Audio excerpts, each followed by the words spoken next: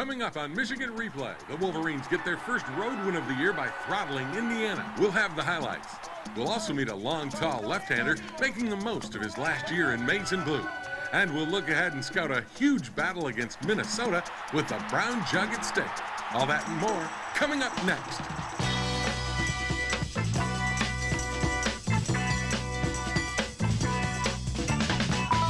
Michigan Replay with Lloyd Carr is brought to you in part by The Joy of Pepsi and by Big Boy Restaurants. Big Boy makes you say, oh boy.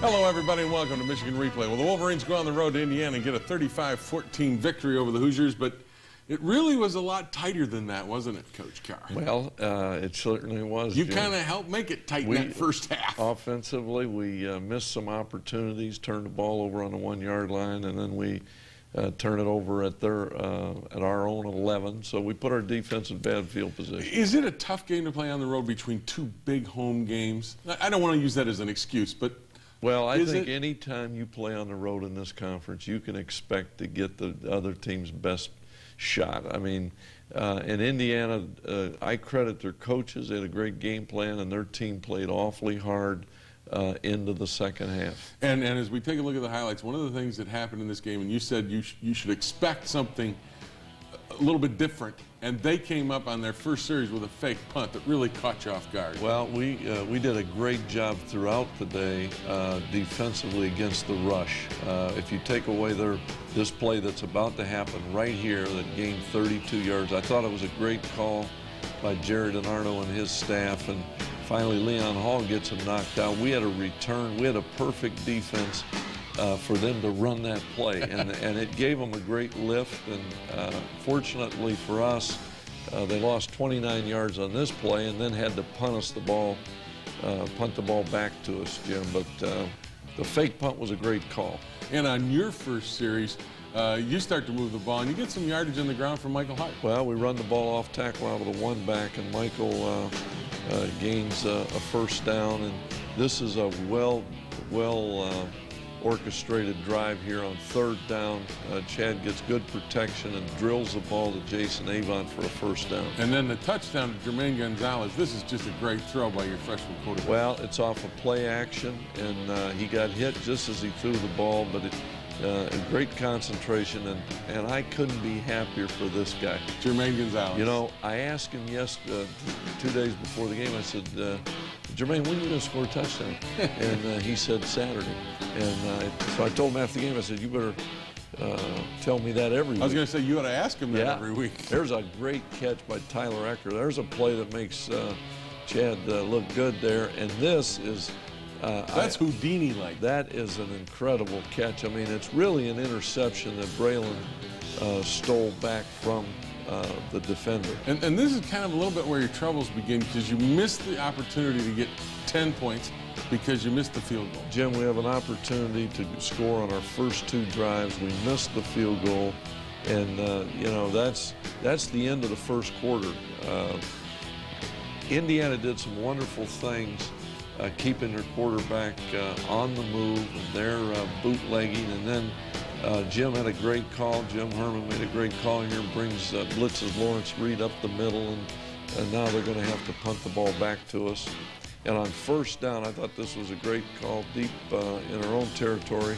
Terry Malone calls the waggle pass, we're misdirection, and we hit Braylon for a first down. This might be one of your best drives of the day, except for the finish. Well, it is as good a drive as we had all day. Well executed there, the screen pass, good blocking. Michael Hart is, you know, I thought had another good day. And here on third down, this is a rifle shot, and Braylon makes a great catch. The ball's extended and picks up, keeps the drive alive. This next one isn't a bad rifle shot either. It's a great throw, and Tim Massaquoi makes a great catch. And here we got the ball inside the 2-yard line, first down, and I think Chad pulls away, and instead of bringing the ball into his body, it looked to me like our guard may have knocked the ball out of his hand, and that's something Chad's got to take care of. Boy, did your special team show up, your return game, big time. They were the difference. Here on a punt return, 2 great blocks by Braylon Edwards. There you see right at the end. And then Leon Hall makes a play. And, of course, Steve Breston did not make the trip to Indiana, and Leon and Grant Mason replaced him, and both guys came up with big plays. It's 14-0 at this point, and your defense continues to get big hits and do a great job against the Great rush. pursuit here. Marlon Jackson and McClintock and Sean Crable in there pursuing and stopping the option play. And then here's the big disappointment. Well, you know, late in the half, we decided to go to our 2-minute offense, and we miss a block there, and Chad gets stripped. That to me, we got to do a better job pass protecting, but that is not a situation where you can blame the quarterback. Here, after an interesting series of plays that are reviewed, they finally get in on the last play of the half. We'll talk about all those reviews after the highlights are over with, but that was the disappointment. You should have probably had a 21-0 lead at half, and it was 14-7, and you're in a dogfight on the road. Well, we missed some opportunities, Jim, and on the road, when you miss opportunities, and then, you know, one of the things that we've done too often this year offensively, we've turned the football over at the short end of the field, put our defense in poor field position. The Wolverines still have the lead, though, at half, and then in the third quarter, they really pull away. We'll be back and show you those highlights, but first we hear from Leon Hall, who says he's filling in nicely and feels good about filling in for the injured Steve Breston. They're big shoes to fill, but after I got word that I was going to start on there, after I got word I was going to start on punt return, I knew I had to step it up, and I was just hoping that I get one today, and everybody blocked their man, and then I just had to do the rest.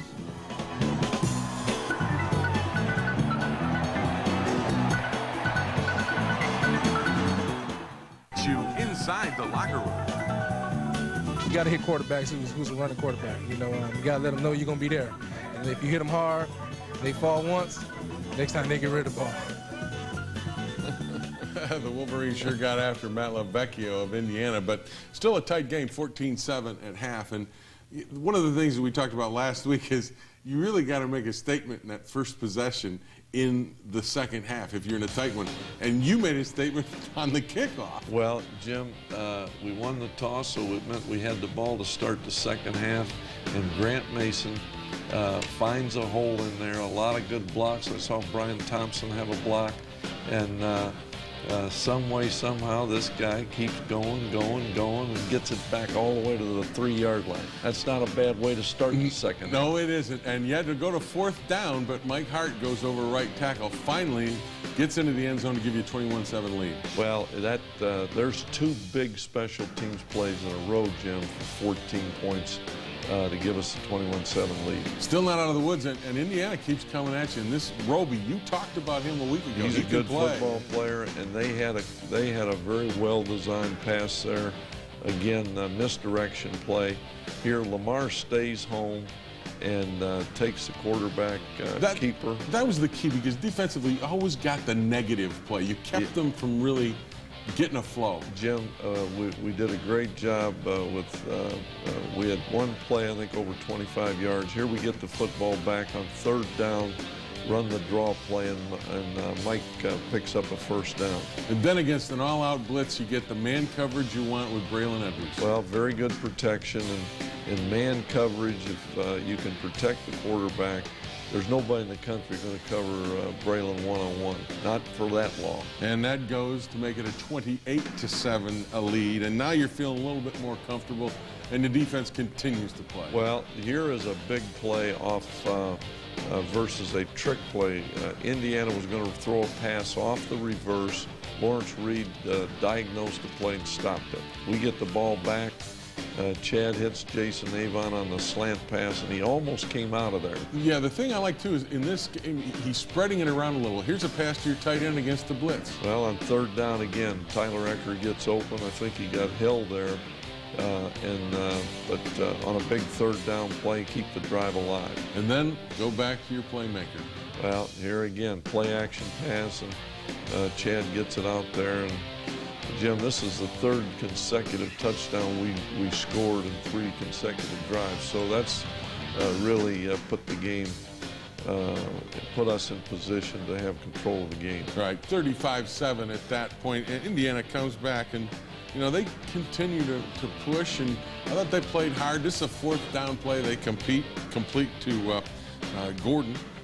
Well, and they actually ultimately come down and score. Jim, the great thing about this 4th quarter here, we got an opportunity to play a lot of young people, and that's always a great thing to do. Here on a well-thrown ball, Matt Lavecchio on 4th down. That was 4th down and 4, makes a catch for their last touchdown. 35-14, and they're the young kids you're talking about. Running back Max Martin. Well, Max has played very well in practice the last 3 weeks. We got him in on some special teams, and he had a couple of good runs in there. And wide receiver Adrian Arrington got his first catch. Yes, he did, and we got an opportunity to get Clayton most of the action in the 4th quarter, and Adrian Arrington is a guy that is going to be a good football player. 35-14 the final. Congratulations on the road win. Let's go back now and talk about these replay situations that happen. And we don't want to go into detail because next week is when things are going to get settled out. But there were some problems with it. Well, I think there's some, you know, there's going to be problems until we be able to really decide. You know, I had to take a timeout there at the end of the half. I'm thinking, what if that's in the 4th quarter? You got to take a timeout just to get a play reviewed, and you lose it no matter what. You know, that's a question about what do we want really to do that. And I think, you know, the other thing is, what is a reviewable play? We had a play in there that I didn't think should be reviewed. Neither did I. Well, you know, I think, you know, we're going to have some issues, and we just got to work our way through it and see what happens. It's a work in progress. Yes, it is. Okay.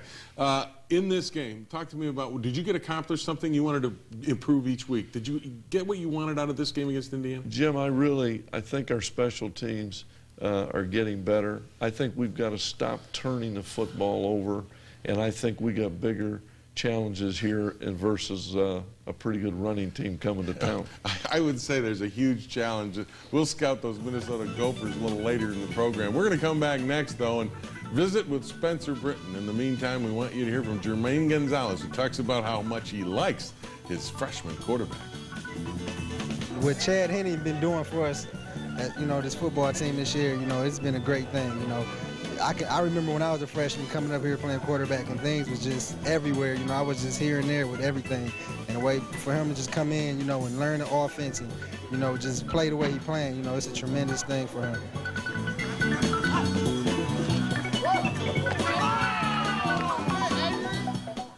Michigan fans, you can win a 2000 deal.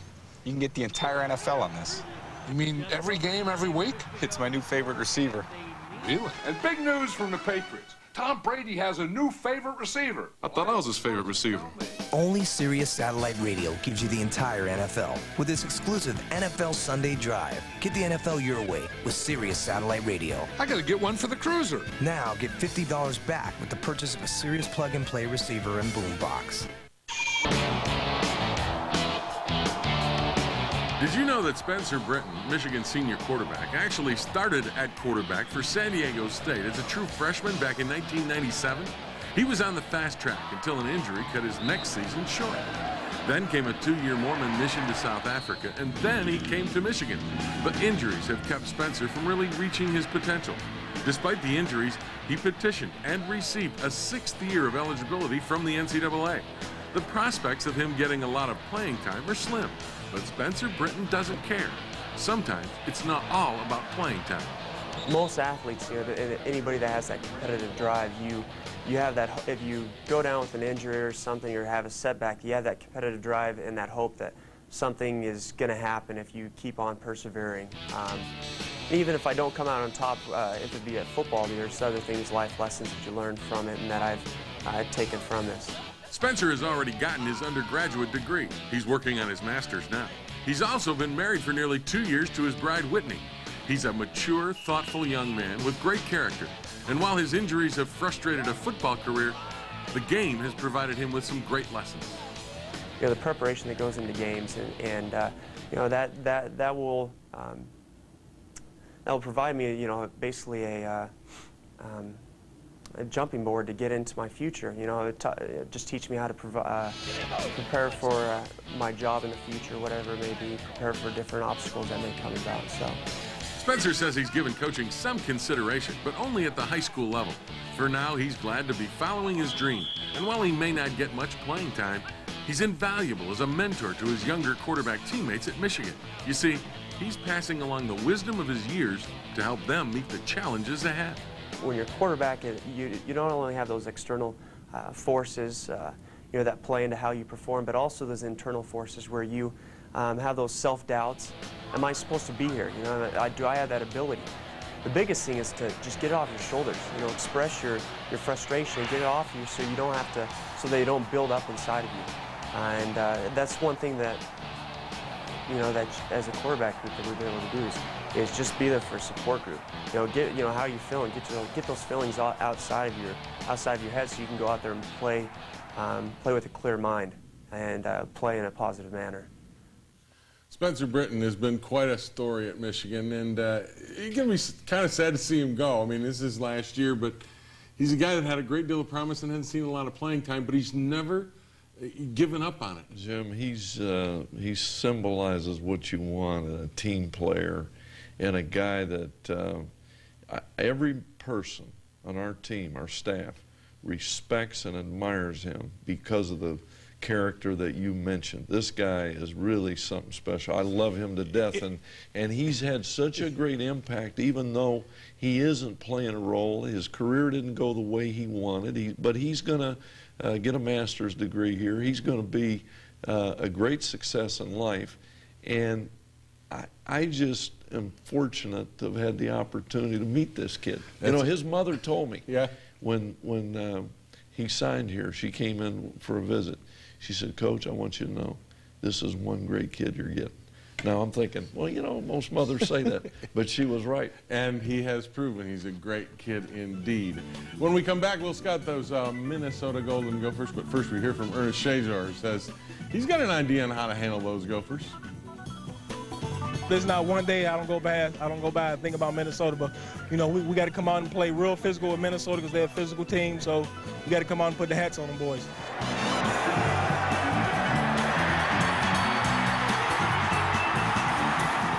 Inside the locker room. Minnesota's a great team. You know, we struggled with them last year, but, you know, last year's gone. You know, this is this year. You know, we've got to improve, and, you know, they're going to come in there fighting hard, but it's our house, and we have to defend our house. David Bass, of course, talking about last year when Michigan made the great comeback in Minneapolis to retain the Little Brown Jug after being down, and you came back one of your great comebacks. And do you remember the 1903 game, Jim? Yes, I do, as a matter of fact. Yost actually called me up, says, "Jim, what am I going to do with the jug?" No, but you had a great comeback last year. This year, you know going in what Minnesota's going to give you. Oh, my goodness. This is a running machine. This is what you are thinking about. This is why this is what you're dreaming about. This is why you come to Michigan to play in a game like this. Well, yeah, it is, and this young quarterback here, you know, gets a lot of single coverage on these wide receivers because, Jim, you got to gang up to stop the run. And the two guys that are running, Marion Barber and Lawrence Maroney. Well, Barber is, you know, a great back, powerful, probably a little bit more powerful than Maroney, but he's got good speed. They're ranked, I think, going into this game 10th and 11th in the nation in rushing. Two guys in the same team that split the time. Glenn has said some things about trying to get them both in the game at the same time, but they're really special. And because of the running game, you got to gang up on it. They've got receivers that can make plays that are getting one-on-one coverage. Well, they do a great job on the three-step drop, and the quarterback throws the fade route, the deep route, and then play action there that you just saw. They're really a well-designed offense based on the running game. And the other thing is defensively, they don't get a lot of notoriety because of the offense that they've got, but they can play deep. Well, Darrell Reed is their best player from a year ago, returns. They moved him from inside to the defensive end, and an outstanding football player along with Terrence Campbell, their leading tackler. And Yuki Dozier, who's a cornerback, 7 starters on both sides of the ball return. An outstanding kicker in Reese Lloyd, who made 2 50-yard field goals a year ago and won 2 games at the end by making field goals. When you come into a game like this, obviously there's game planning involved because you know what they're going to do. I mean, this is not a mystery team. They're going to pitch it and they're going to hand it. Jim, the thing that we had a real difficulty a year ago is they are masters at what we call the chop block. They're going to come on the perimeter and block the outside backers and the safeties below the waist, get them on the ground, and now that creates, when they're on the ground, that creates great running lanes for these backs.